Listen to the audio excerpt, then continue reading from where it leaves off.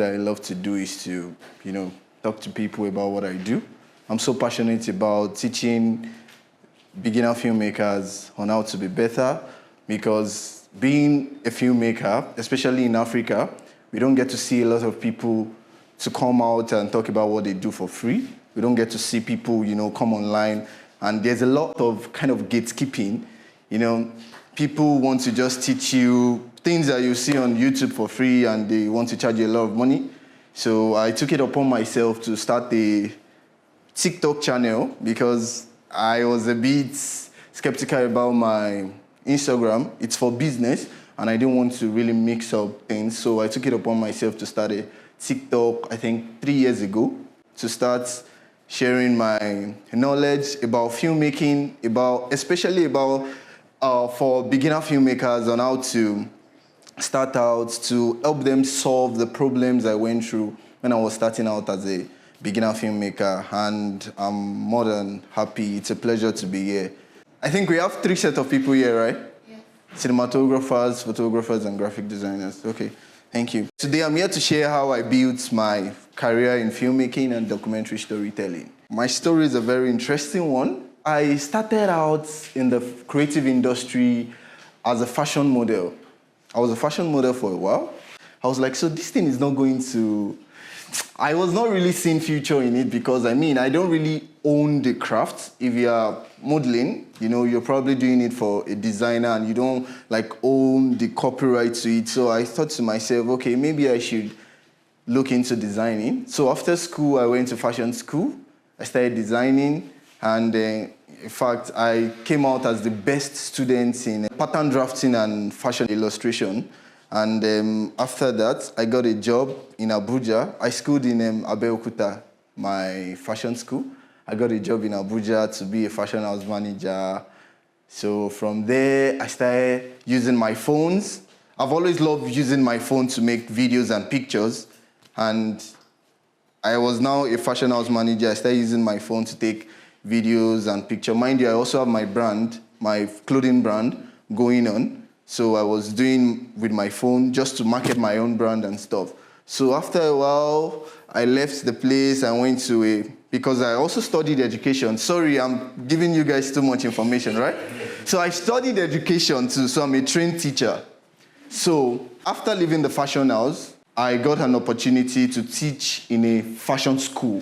Unfortunately, the person is not really a social media person. So I was like, okay, I have a good phone. I think then it was iPhone XR. So I thought to myself, okay, let me just try to make some videos to just market this school online. And before you know it, people will say, are you sure you made that video with a phone? I said, yes, I made the video with a phone and stuff. And that was how I started doing concept shoots with models, and people invite me. In fact, I can remember one day someone hired me to shoot for a fashion show in, I think it was Kubwa. And I showed up on my phone, and it was like, and I said, that time, now content creation is a thing. If you are doing content creation 4 years ago, it's weird. Like, you show up to my events with phones, come and take. Yeah, it doesn't make sense. There was no CapCut then, if I was using InShots, paid version of InShots. So, and I was using these, there's this iMovie. I was using, and iMovie has this template that looks like movies, so I was using it to, I told the guy, I said, all the videos and pictures you're seeing on my page, I shot them with phone. In fact, the name of my brand was even Photographic. So I took the videos and it was really surprised. And so after a while, I would take a video and people will say, what did you use to make this video? I'll say it's my phone. They say it's a lie. I was using XR. They say it's a lie. I was not like, okay, so what's the point now? What's the point of now using phones? So I think I took a loan then. It was 800K or something. I got a used Sony A7 and a MacBook Pro.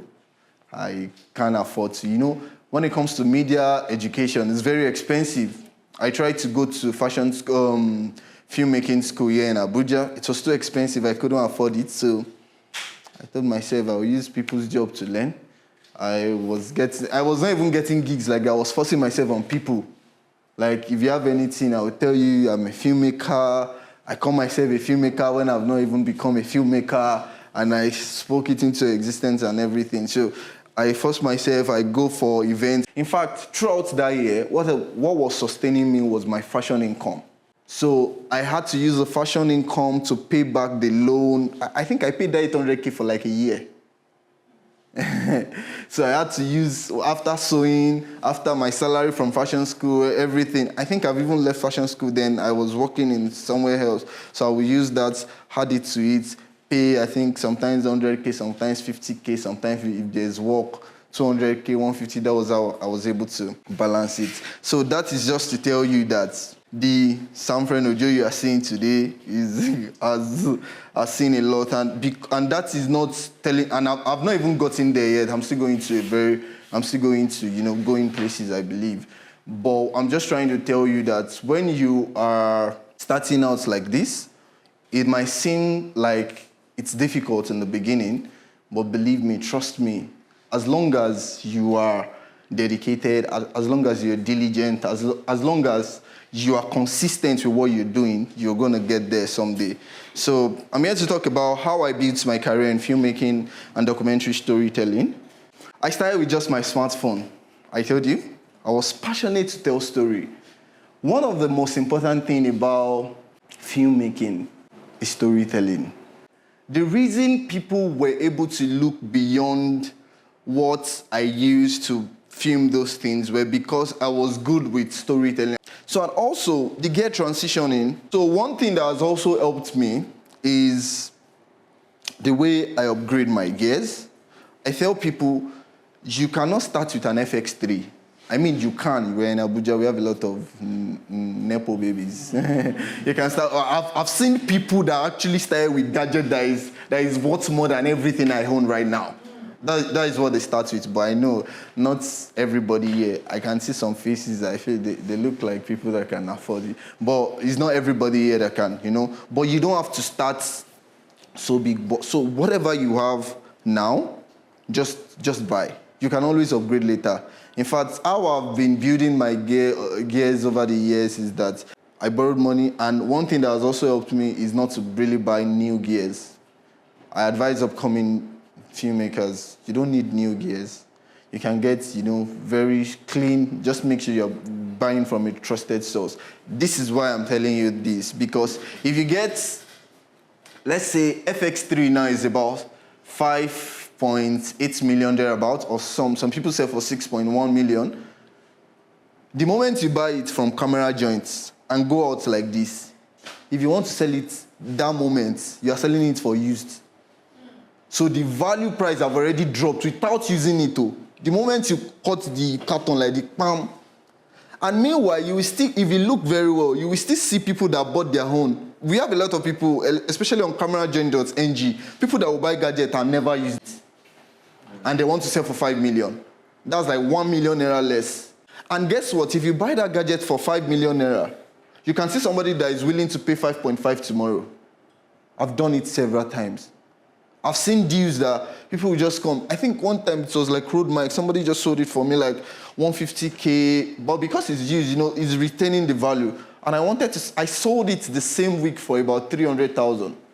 It will help you with time. When you have, let's say you have 400K, you got a camera. Say next time you now have like 200K extra. Then you look for a camera of 600K. You sell your camera, had the 200K upgrade. So you don't have to wait.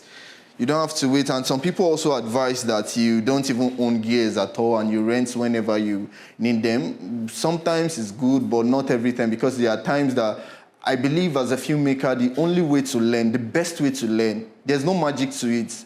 It's not just about the theory, it's also about the practical. In any skills, hands-on skill is being hands-on is very important. There is no amount of training you will go for. There is no amount of YouTube videos. No amount of YouTube videos will make cinematography or filmmaking stick to your brain like practice. Like practicing will do so much more. There's something about making mistakes. The amount of mistakes you've made in filmmaking is more important than the amount of successes you've made. Because let's say I've shot 100,000 videos. I'm just saying, all the videos I've shot are up to 100,000. So that means I've probably made I've made more mistakes than somebody that have just shot 100. And do you know what that means? That means for you that just shot 100 videos, you've not made some mistake that I've made. So when I face a challenge on sets now, there are some times that there's a way mistake gives you confidence. Because you've made you've made mistakes so much in every area in your craft, and you've corrected the mistake, you found solution to the errors. So whenever you're going on sets, you are like, what else can come? Like, I've failed many times and I've overcome it. So is it your camera that your battery wants to die on sets that want to be making you fidget, or you're seeing? I remember one time I was discussing with somebody, I think it was yesterday, and we're making jest of ourselves. They booked me for a shoot, and I got there, my camera was flickering. I had a sweat. What's going on? You know the flicker now, cinematographers know. Is it not just, what's it called, shutter speed?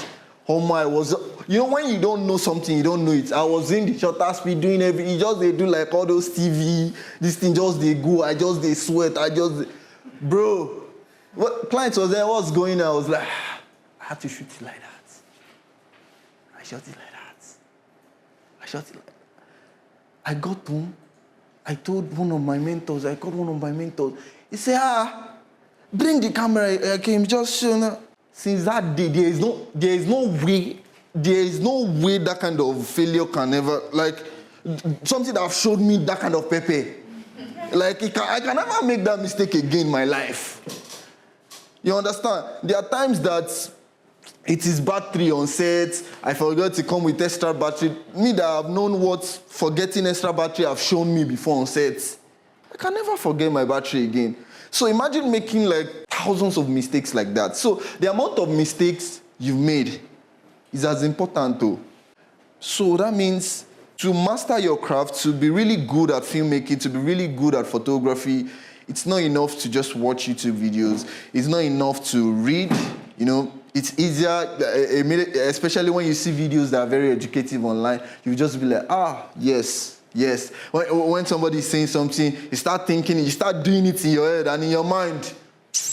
I don't finish until you now go to the field. Oh yeah, now, you can see, what's going on? You now realize that when you do it the first time, not as good. Doing the second time, getting better.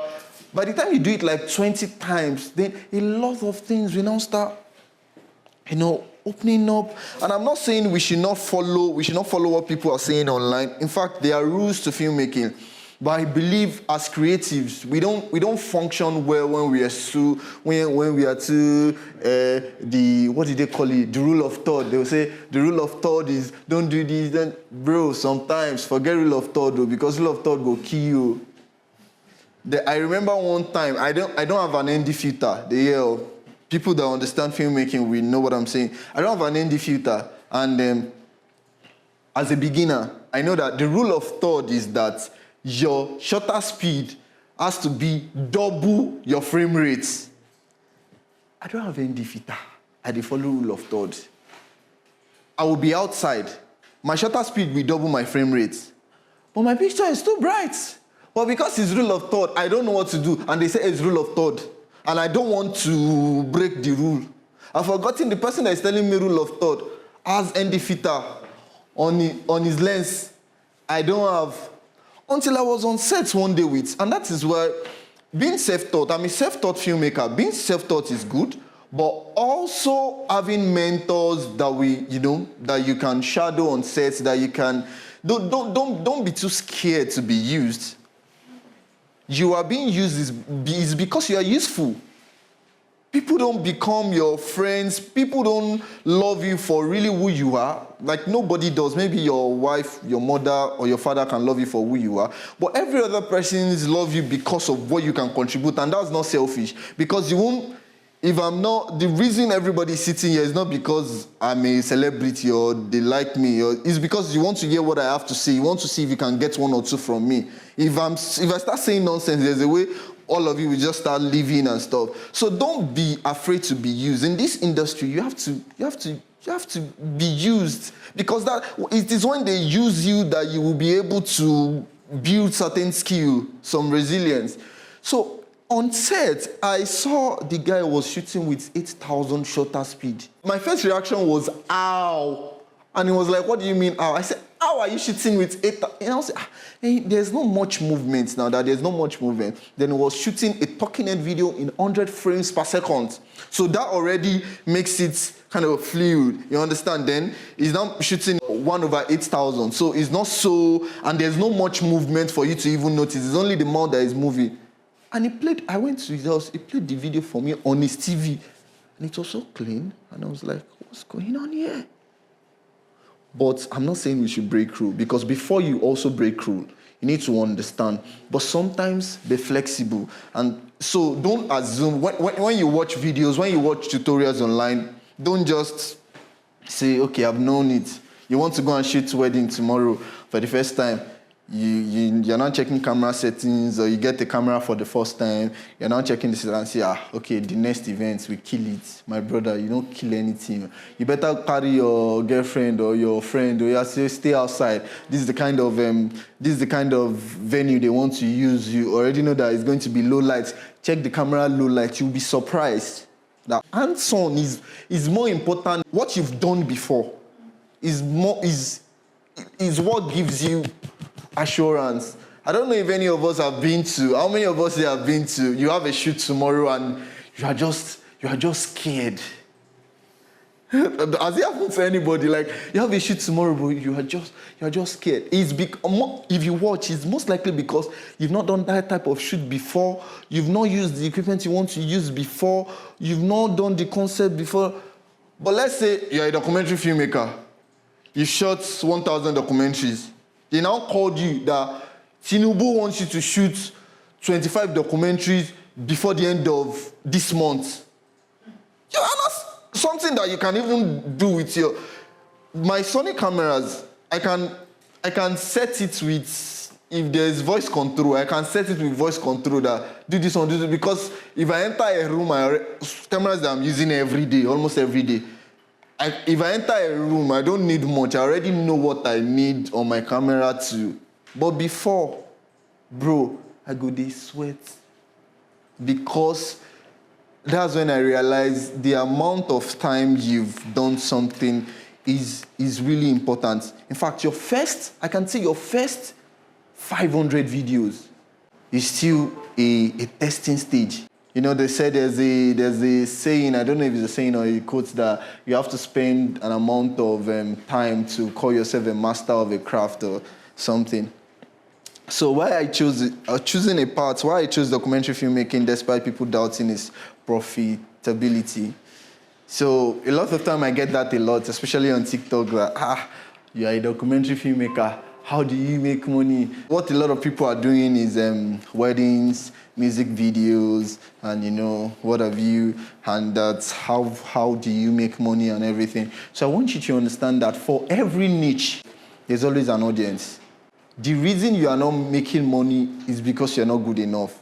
See, I used to tell my assistant, I used to tell people around me, you see this industry, this filmmaking, see, I can bet it with anything. If you are so good at what you do, everybody will want to employ you. I will employ you. You don't understand. I think I was talking to somebody yesterday, and I want to work together on a partnership. I canceled the partnership. The head of production calling me this morning that, why will you cancel that? What happened? We've been looking for, why? I say, I will try to talk to. I say, don't force it, don't force it. Say, no. I want to work with. It's not because they like me. It's not because there's something. It's because of my work.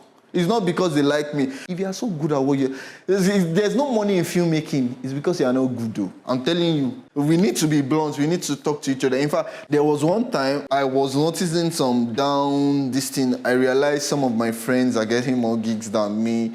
And I had to tell myself the truth that, these guys are good.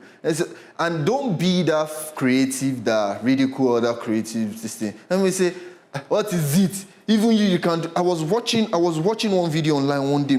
I have a creative friend, and I was like, damn. If I get, even you can do it. I said, God, I cannot do it. I've not done it before. How will I be saying I can do it? What do you mean I can do it? And that is a kind of mindset that will not let you grow. Somebody is doing something exceptional that you've not done before, that is out of the world, and you're saying, what is there? You will never get there.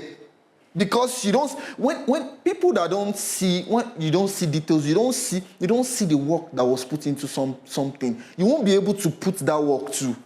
And because you cannot put that work, you won't be able to achieve that same result. So choosing a path is, you can choose anything, there's audience. So avoiding the trap of waiting for perfect gear.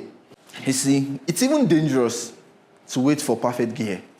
And this is why I'm saying that it is always better to start with, equipment that will force you to learn. A lot of time, I'm so grateful that I started small. That is not to say that if you want to start big, it's better. I'm not those kind of people that will tell you it's better to start poor, and no, it's always better to save yourself. But there's a way being in need forces you to grow. There's a way, because you don't have certain things, you improvise. It expands your creativity. You don't have crane. There's what I do now in events. I don't have crane, so this is my tripod you're seeing. I remove the monopod, I put it on the head, mount it on my gimbal, and I carry it like this in events. And if I use it to shoot for you, it will be as if it's crane. So I will use it to shoot my establishment shot of people vibing and everything, and it will look so good. The only reason I'm able to have that kind of experience is because I cannot afford a crane. If I could afford a crane, I can. But let's say now my production company has grown to the stage that we can now afford a crane, and something happens to our crane. I won't panic. Guys, we have tripod, remove this thing. Guys, mount, so yeah, they go. You understand?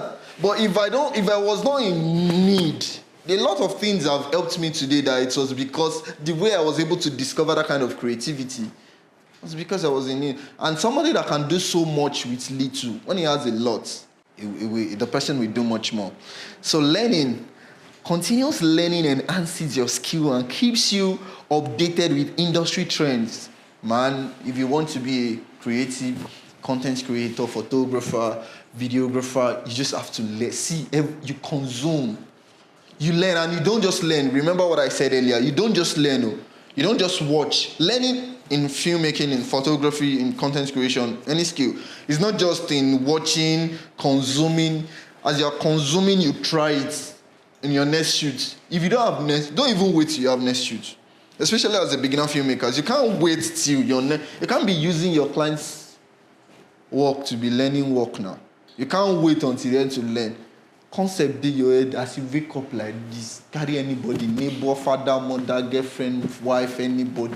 Let's go and shoot nonsense. Keep shooting before you know. My TikTok is like filmmaking university because of the kind of content it's only things I cannot do. I can't do everything I mean. There's literally no technique I've not heard of or I've not seen, because if I go on TikTok now, I'm scrolling.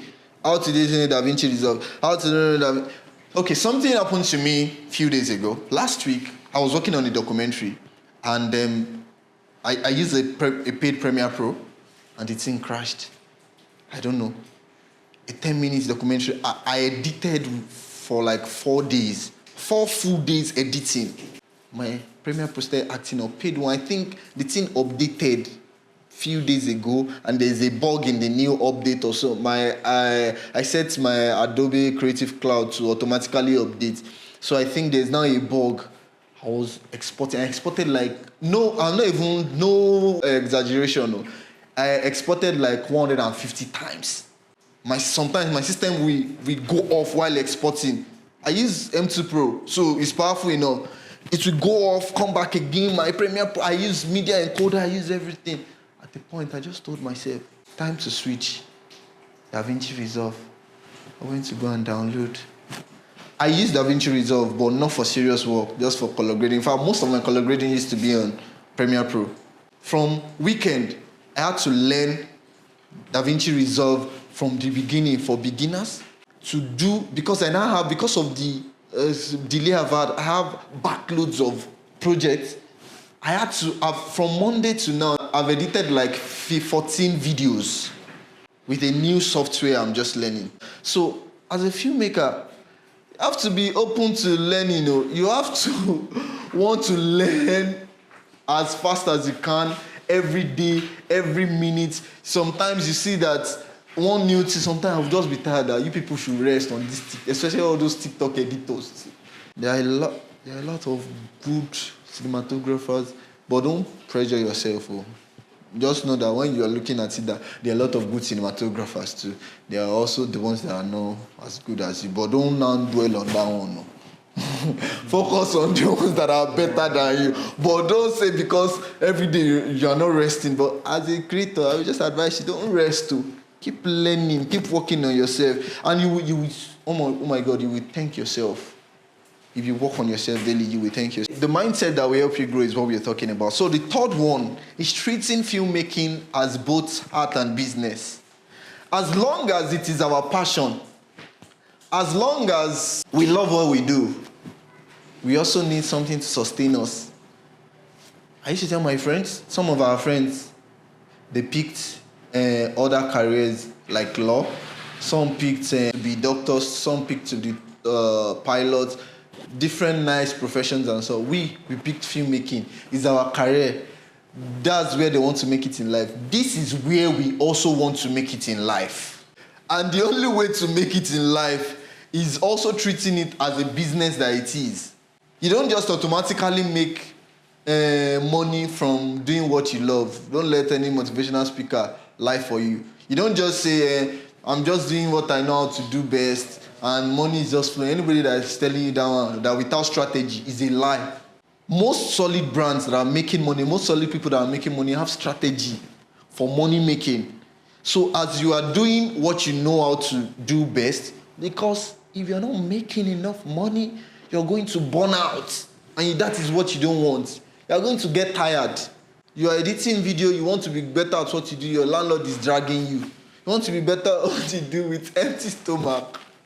Sapa they owe you, hunger they owe you. Bro, creativity no go flow. You get what I'm saying? Creativity no go flow. So as you dey creative, they find money. It's not necessarily have to be that you're looking for money outside. What I mean is that as you're being creative at what you do, also learn things like budgeting, and also how pricing, how to also put structure in your business, how to just learn how to pitch your ideas to collect grants, to collect loans. Just understand the business aspect of filmmaking. It's very important. To be a successful filmmaker, you need to understand the business side of filmmaking. That is when you are not going to burn out. Learning contracts, pricing, and client relationship. See, that is one business tips I learned the hard way. Client relationship. There's a better way to make money in this industry. It is through relationship. If you have bad character, you will not grow. If you don't know how to treat clients, everything is war. No. What do you mean? No. I should. You will not grow. Client is talking. No, you can't tell me that it's my job, but it's our money. You have to understand that somebody is paying you to do what you are doing. So you cannot be opening eye for clients. Learn how to work for people, how to work with people. You don't always have to be a boss of your own. What people don't understand is, see, I've learned more. In fact, the structure I'm putting in my business today is as a result of me working for other people. You've never worked in a filmmaking school. You've never been mentored with somebody that has a filmmaking school, and you want to have a film academy. You've never worked in a media organization. You've never worked with a media agency, and you want to have your own media agency. Well, you can, but I'm sorry to tell you, if you don't have a good structure, it's not going to work. So you also have to understand that it's not always, I want to be my own boss. Your boss still get boss. Even some of your bosses, they have boss that they submit to, that they listen to, that they learn from. Sometimes you work for people not just because of money. I have people I work for, it's not because how much, in fact, people must not even hear how much I'm getting from some places. But what I've been able to learn is much more. I tell people, sometimes it's good to work for free. And this is what I mean. You're a beginner filmmaker. You've never shot a 500K project before. But I call you to come and be a cinematographer for me. Automatically, on that project, it's written that you are the cinematographer. The credit goes to you, ba. If you want to have your own job, and they say, what have you done? You present that job. Don't forget that everybody had to impute producer, director, makeup artist had to come together to do that shoot too. You are the cinematographer. Your client will be like, oh, wow. You're not even the one that edited, though. But as far as your work is, you have right to it now. And you presented it. So automatically, you have a 500K worth job on your portfolio. So you've done a job of 500K before, even if you've not collected it. And the fact that you've done a job of 500K before, you have confidence to go into a 500K job to do it. If you've worked on a 10 million naira budget film before, automatically it's on your project. If you want to get your own 10 million, you're not scared anymore because you've worked on a 10 million naira project before. So the only difference is nobody you collect the money, but now you won't collect it now. You get it? So working for people, working on projects, sometimes working for free. In fact, in my career, working for free, most jobs that have taken me places, I won't say all, but some jobs that have taken me places are jobs that I did for free. And I'm like, wow. Or jobs that I did without even charging. Just, there are some times that I've had the opportunity to choose between paid job and free job. And I will choose free job. Because a paid job that is only paying you money, that is not even paying you enough money, but had nothing to your portfolio, had nothing to your brand, had no value to you, and a free job that free in quotes, because it's not even free. It's free because they are not giving you money.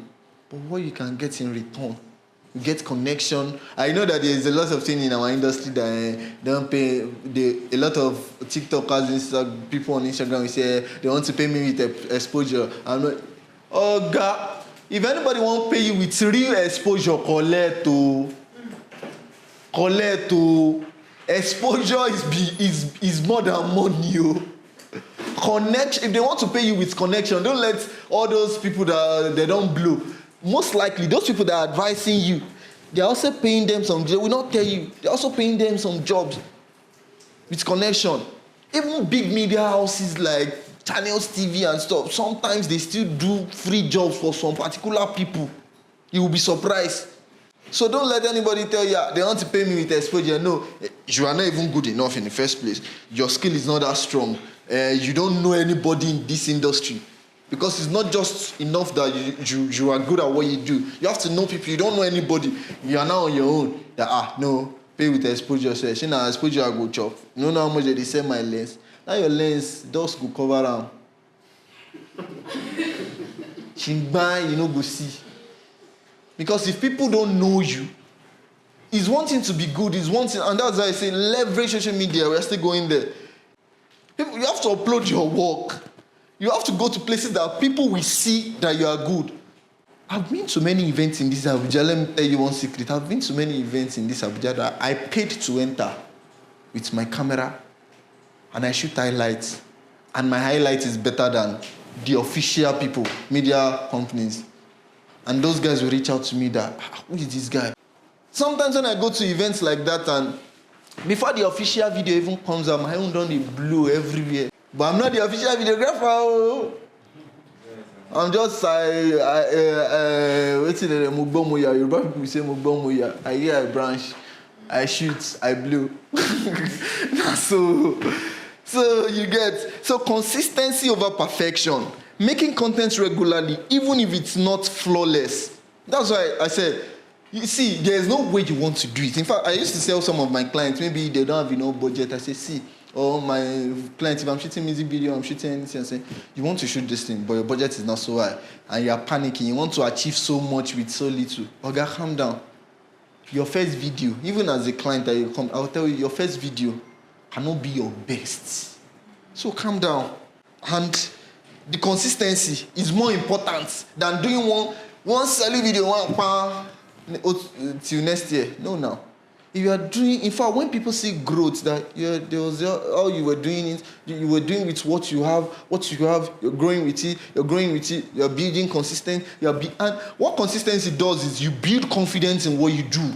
There's a way you go on sets on what you've done. I've said this before, on what you've done several times. You go and kill it. But bro, if you go unprepared, it will kill you. Essential skills for filmmakers. Okay, storytelling first. A good storytelling beats expensive gears. I was telling somebody yesterday, I meet people at events. There was one guy, I think it was in State House, that my friend said he saw the guy carry black magic. Black magic, maybe it's all those 12K, black magic 12K on body cam to come and shoot events. You understand? Just for, that people that are not in this our field, we see the guy and say, you will carry FX studio. They'll say, they're going to look that guy as, this one agba. That goes in nothing day. And at the end of the day, you will now release your final video. Person will carry ZV1, come, he clean past your own. It don't make sense. You don't understand? It's always, in this day and age, it's always better when you can achieve more with less gear. In fact, I've come to realize that a lot of sets that I bring too many gears and it overwhelms. It's overwhelming. You have so many, and we are creative people, except you have technical assistant that is helping you set up your camera settings and everything. When you have so much technical things to deal with, it reduces your creativity to me. It reduces your creativity now. You have Gimba, body cam, this thing, using some people put light on camera, put this thing, put light there. No, you're gonna be working like, what is it? Calm down. At the end of the day, is this thing going to bring good results? I'm going to buy Black Magic 12K, this thing. You don't need the raw. Maybe what you're shooting is social media adverts. You don't need the raw. You don't need all the things, 8K, 12K. What do you need 12K for? When you want to shoot for social media, what do you want to use 12K? Do you want to zoom into that person's future? Because 12K, let's say when you even need 12K, you want to zoom in post, but what do you want to zoom in in 12K in social media? You want to shoot a reel, Instagram reel. You are using 12K camera. Why? You need to identify. Some people, you don't need some gears that you're buying. If what you do, there's nothing. See, it's not we have production companies that all they have is FX3s, A7S3s. It's fine. If you don't need it, you don't need to buy it. Don't buy FX6 because it will impress your client. At the end of nothing will impress your client as much as the result. Don't forget. In fact, if you now carry big equipment, you don't deliver, your clients, see, what I've realized is clients will not tell you. They don't okay, this is the video. Is this the final video? Not say yes, this is the final video. That if they start seeing is this the final video, you don't say no. This is okay. I thought I saw all of the is this one. I be say is this one. Say okay. And you've charged them high to now impress them. You think it's gear, it's just gear. I mean, to some extent, if your quality is mad, you know that clients like FEC, like this my FX30, this thing now. If you put V-mount battery, pull cage, mat box, mic, everything, herring jam, but make sure the quality is as nice. So that thing they pay me. How will you use 12K black magic to shoot highlight reel for events? Why? So, essential skills for filmmaker. The second one is shooting in log. Shooting in log and mastering color grading to make your work look cinematic. I mean, if you're a filmmaker, I'm here to address filmmakers. I'm sorry, photographers. If you're a filmmaker, I mean, shooting in log, if your camera has log and you're not shooting in log, it's like you are driving a sports car. You are now driving auto. Even my Acura 2007, I don't drive auto most times. It's a sports car. It has sports mode. A lot of people say, you just like stress. When I know that my car has more aura when it's on sports mode, why am I using auto? I prefer to go manual and have full control. You understand? So shooting in log is like having full control to shape the look of your footage. I think mastering shooting in log, because there's also knowing how to shoot in log. It's not just shooting log. There's a knowing how. Know how to shoot in log. Don't just shoot in log. Because if you shoot in log the wrong way, it's worse. You get? And mastering of color grading, to be sincere. If you're not so good with color grading, just look for a very good. Don't let any pro colorist that want to collect your money tell you, lots are not this thing. It's better to not, if you find a lot, somebody that is selling lots that works for you. Especially in this day and age, speed is important. How fast can you deliver is important. If you have a lot, good lot, solid one, that you can slap on your footage and just do little tweaking. My brother, buy it, slap it on it, don't kill yourself. The point is, your clients don't, when you deliver a video, your clients will not say, is it lot you use or you use? See, at the end of the day, that's what I used to tell people that argue, is DaVinci better than Premiere Pro? Is CapCut? I saw motion graphics today. One guy, when I was warming my car this morning, I was checking. She said, check a motion graphics I did with my phone. I was like, I cannot do it with Premiere Pro. I cannot do it with DaVinci. This one now, my client don't go see this one. This one go implicate me. Why would you do this one with your phone? My client will ask me, what are you now doing for me? I beg go, no let my client see this one. I don't like the guy video so that I no go. Algorithm no go show my clients. Because why are you so good? You understand? Imagine what somebody is doing with phone. And he will send it to the clients. Clients will not say, okay, so how will they know that it's phone? As long as the quality is good. So the third one is lighting technique. Learn to control mood and tone, even with minimal equipment. See, even in color grading, I tell people a lot.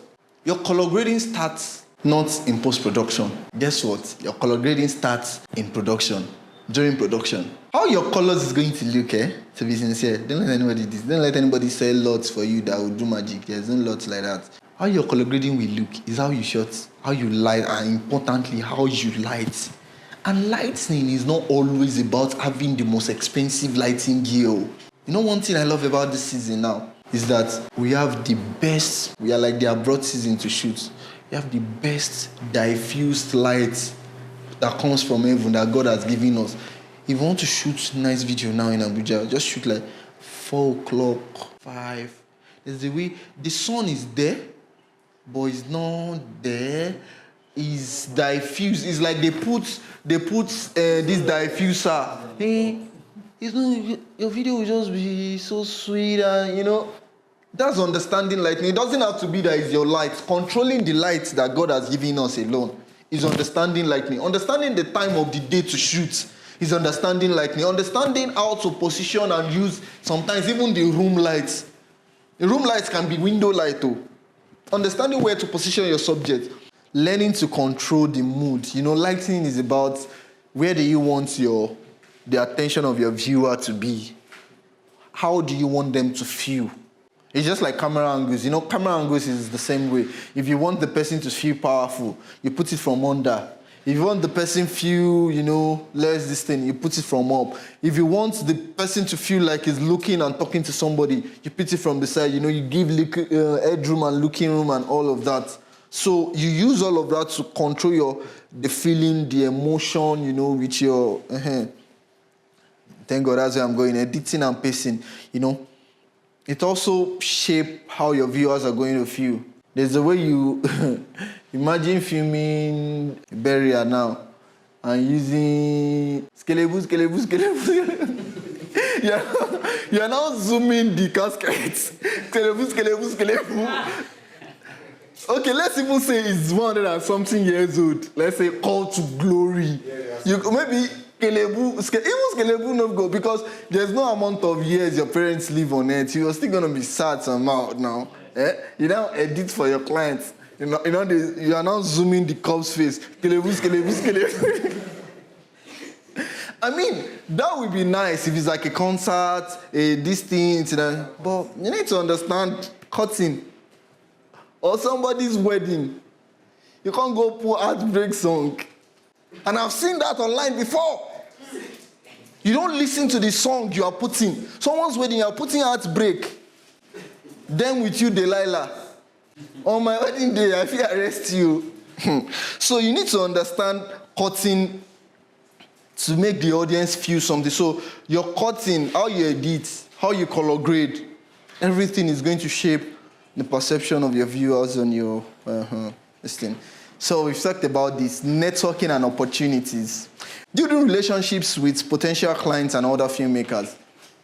You know, there are different types of networking and opportunities, even within our industry. It's not just enough that you make, when they say network, you go to somewhere, say network. The first person where they enter your eye na keynote speaker. Now that person you want network with. Meanwhile, now three of you they do video for there of pictures. The photographer, you they enter the photographer shots. You they behave anyhow to the photographer. You they tell you get out. But person when you want network with na keynote speaker, we don't send your papa. And you don't know, maybe that photographer where you say get out, don't have a videographer in his team. And he has one 500K video for you to shoot tomorrow. It happens though. In this our industry, we help each other.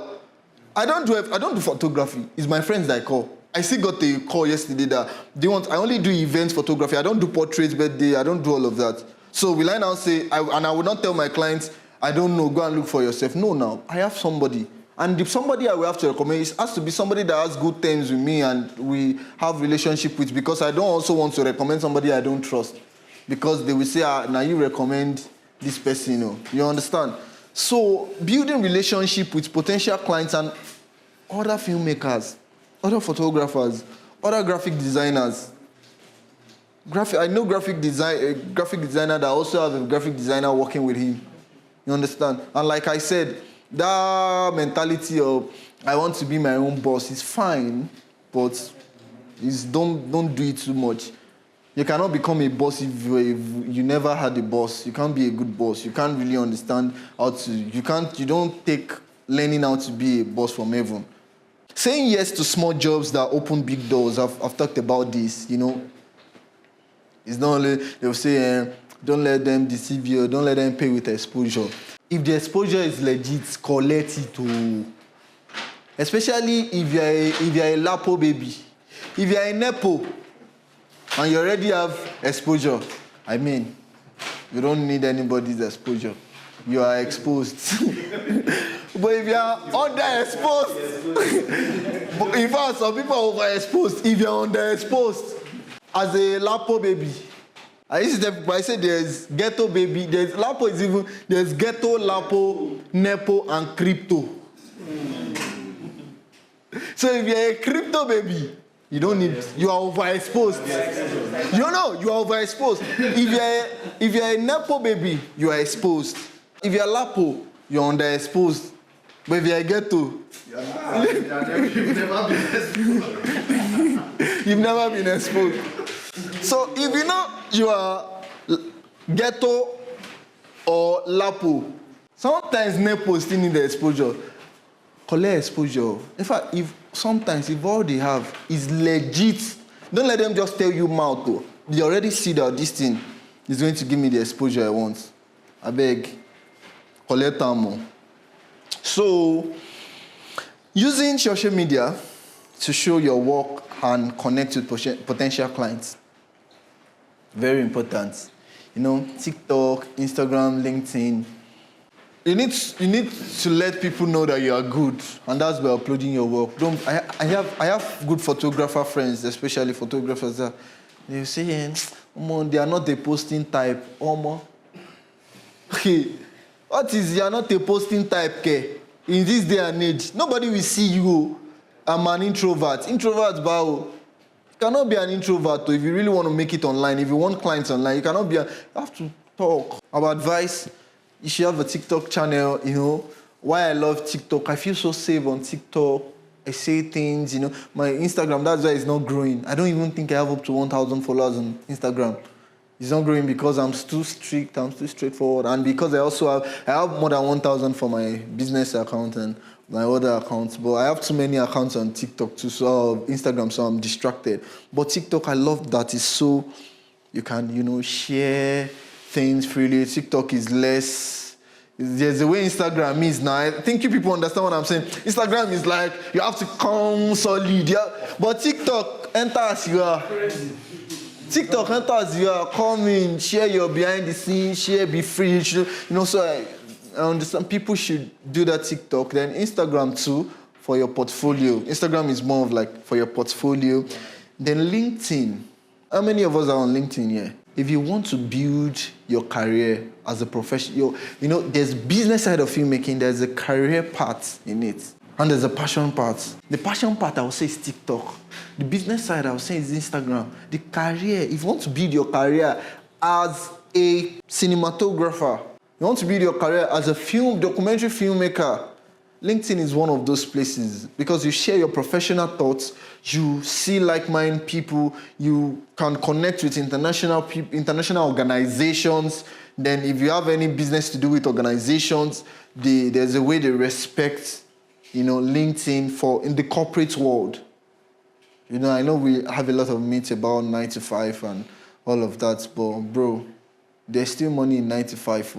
If you can deal with, corporates, don't be those people that talk down 9 to 5. I know a lot of 9 to 5 people that are richer than people that own business. Let's say you are earning 2 million naira and somebody that their business is just doing 500K or 200K a month. Who is better? And you are telling me you are a boss of your own. Who is your boss? What's my business with your boss? My boss is richer than your boss. Your boss is richer than I'm richer than you that you are a boss. So finding my niche, I think I've covered this too. Why I chose documentary filmmaking and social impact stories is because I also want to tell there are a lot of marginalized, voices that are not being told, and I really want to, be passionate about storytelling. One thing I'm still praying for is that I will have enough money so that I can really pursue my passion. Because right now I'm still doing a lot of things aside documentary filmmaking. Because we're in Nigeria and you need money to fuel my car, to take care of my wife, to pay my house rent so that my landlord will not be knocking when I'm editing, to do a lot of things. Because if you follow your passion alone, you might starve. So in as much as it's good to follow your passion, while you are at it, you should also look. Some people will say it's only weddings they know.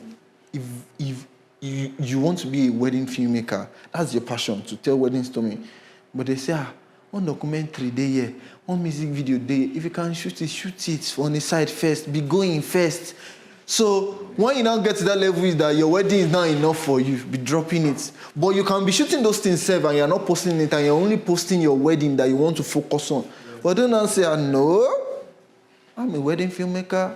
I don't do music video. What do you mean? And you're starving, bro.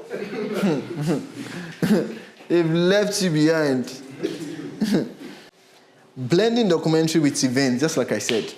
Finding my niche. I had to. I'm a documentary filmmaker, but then sometimes because events is kind of documentary, so, corporate videos is also related to documents. Things that are related, you had it. Music video is not related, but I love music. I love music, so it inspires me to shoot music video and stuff, and to sustain income. Very important. If your passion is not bringing money, you will burn out, and you don't want to burn out. The mistake I made and lessons learned. I said sometimes the mistake you've made is more important than the successes you've had in filmmaking and content creation, creative industry in general, because the more mistake you've made, the more confidence, the more resilience you're going to be able to build. So the gear acquisition syndrome, we call it GAS. How buying too much slow me down. A lot of time, I will tell myself, especially when I'm saving up to buy one equipment, I will say, I don't want to shoot that thing until that my equipment money complete so that I will use it. That's the lie I used to tell myself then. Sometimes I'll wait for like 6 months before I'm able to buy. And guess what? Maybe when I buy it, I get busy, I do this thing. Eventually, I'll just remember I've not shot it and I'm not inspired to really shoot it again and all of that. Sometimes, especially when your team is still small, when your team, like people that work for you or people that work together with you are not a lot, acquiring so many gears can be overwhelming on set. Just try as much as possible for now to achieve so much with little. If you don't need any filter, drop it. If you don't need that easy rig, Your gimbal is enough. If you don't, why are you using is if you don't need certain things, why are you stressing yourself? Before you know you are tired, before you know, then when you are tired on set, when you have too many things to deal with, it will mess up with your creativity, your creative mind. So gear acquisition syndrome. And also undercharging for my work in the early days. In as much as I say, work for exposure, good exposure, right? Work for good exposure. Know your worth too. When you're supposed to charge. One thing I tell myself is, especially something that's not going to give me exposure, something that is not going to really add value to me, the only value I'm seeing there is money. So I have to get good money. And I'm not saying you reap your client too. Don't reap your client too. I mean, charge your words. Be sincere to yourself, with yourself. Don't overcharge. Don't overprice. Be sincere. What is it going to cost you to do this thing? Charge everything. The way to price to me, this is where I do my pricing.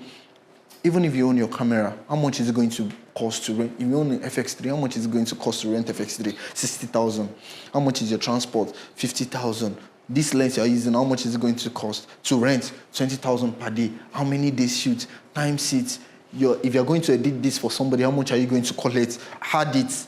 If you're going to direct this for somebody, how much is it going? If consultation is part of it, if you're going to consult for a person on this, if you're going everything, had it.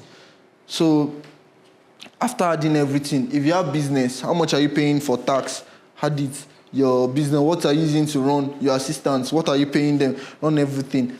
After everything, that total, divide it by half. That half now add it to the total. That's the minimum you should charge. Your profit is different from your workmanship. Your profit is that 50% I say you should add. Meanwhile, while adding all of that, your workmanship is you are charging for cinematography. You are charging for editing. Under editing, you are charging for cutting. You are charging for color. That's why I say be sincere with yourself. Charge according to your level.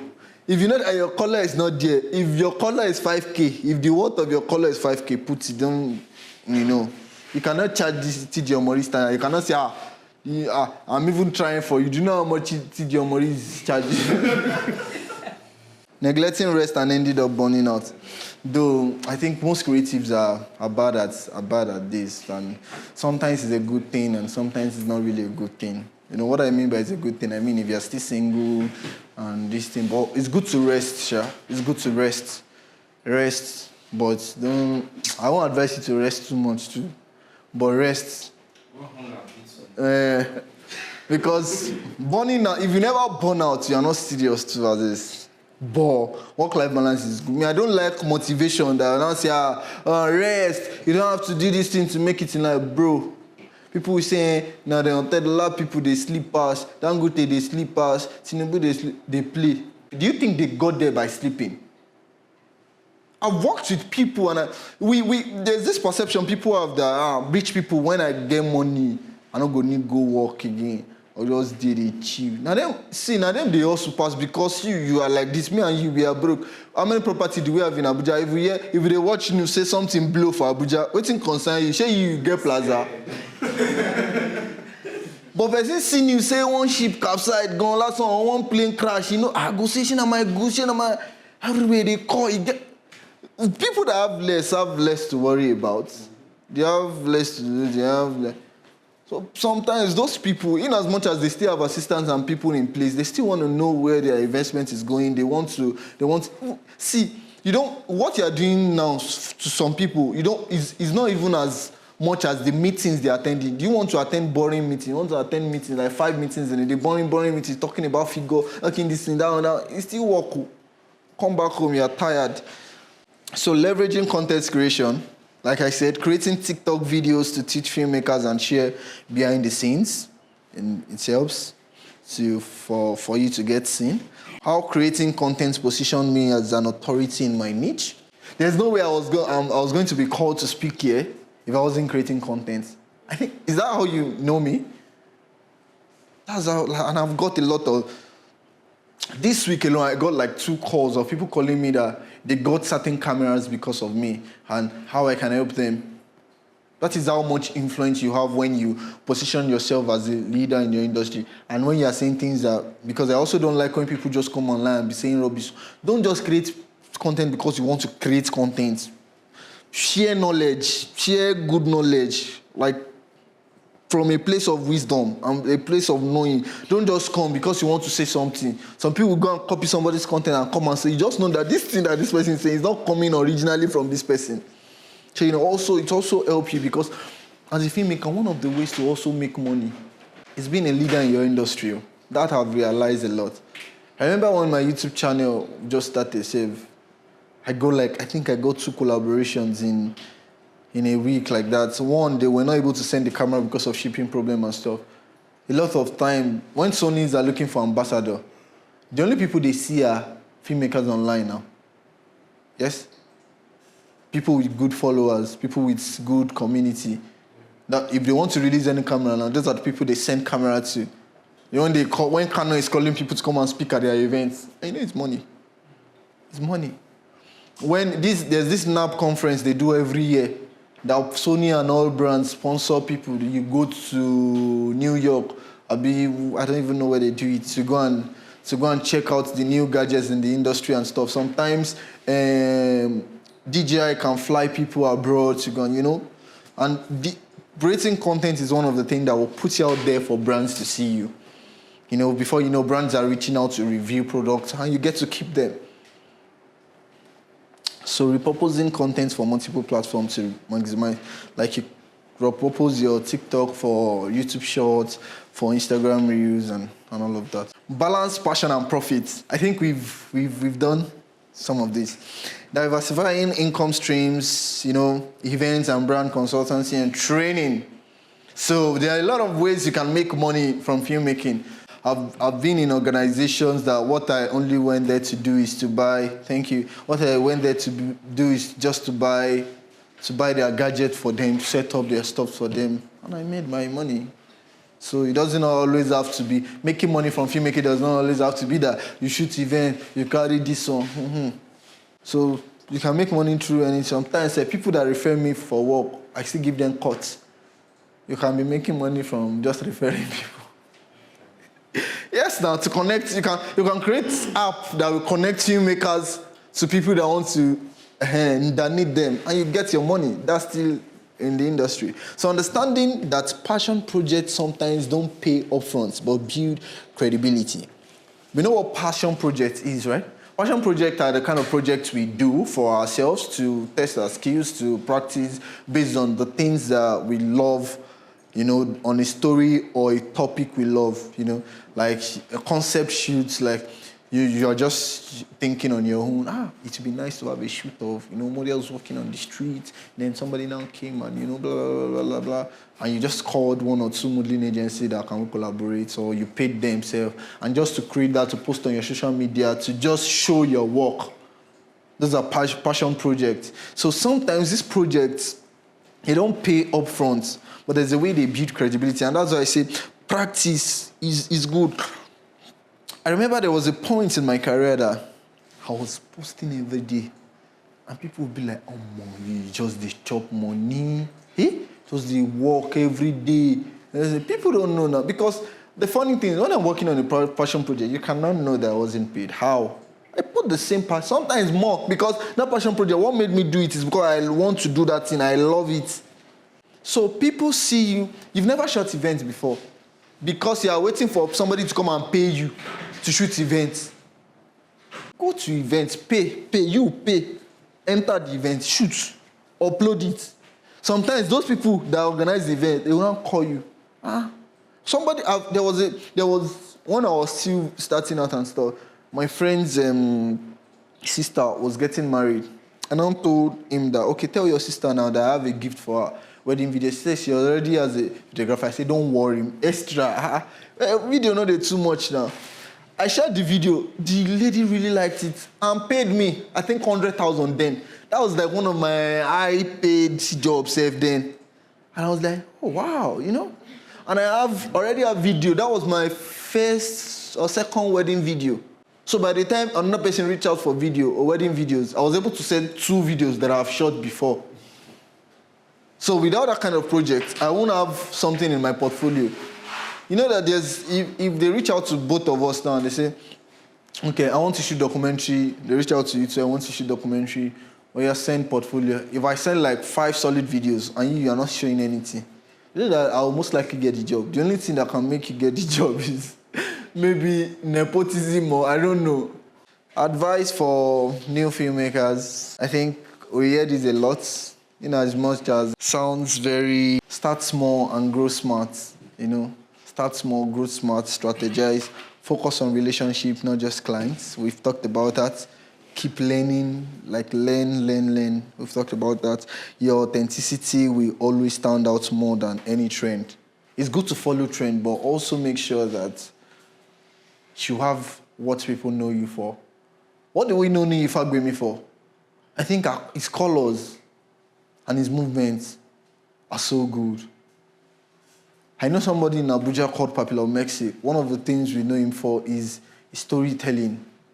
Papi is not following trend. Papi has, what's it called? Like in this world of landscape, portrait and this thing for videos and all the, what's it called? Duro, you know Duro weddings now? Duro and WROG guy weddings. Wego. MC. In this new world of their trend, everybody wants to shoot like MC. Yesterday I saw one Papi video. I said, Papi no one follow trend. So there's now the way I don't like the video more because it's not what I'm seeing every day. It's just being lean and they get in clients. So you don't always, sometimes if your clients want that trend, just do it. Just do it. But try to be authentic too. And thank you so much for having me today. Yeah.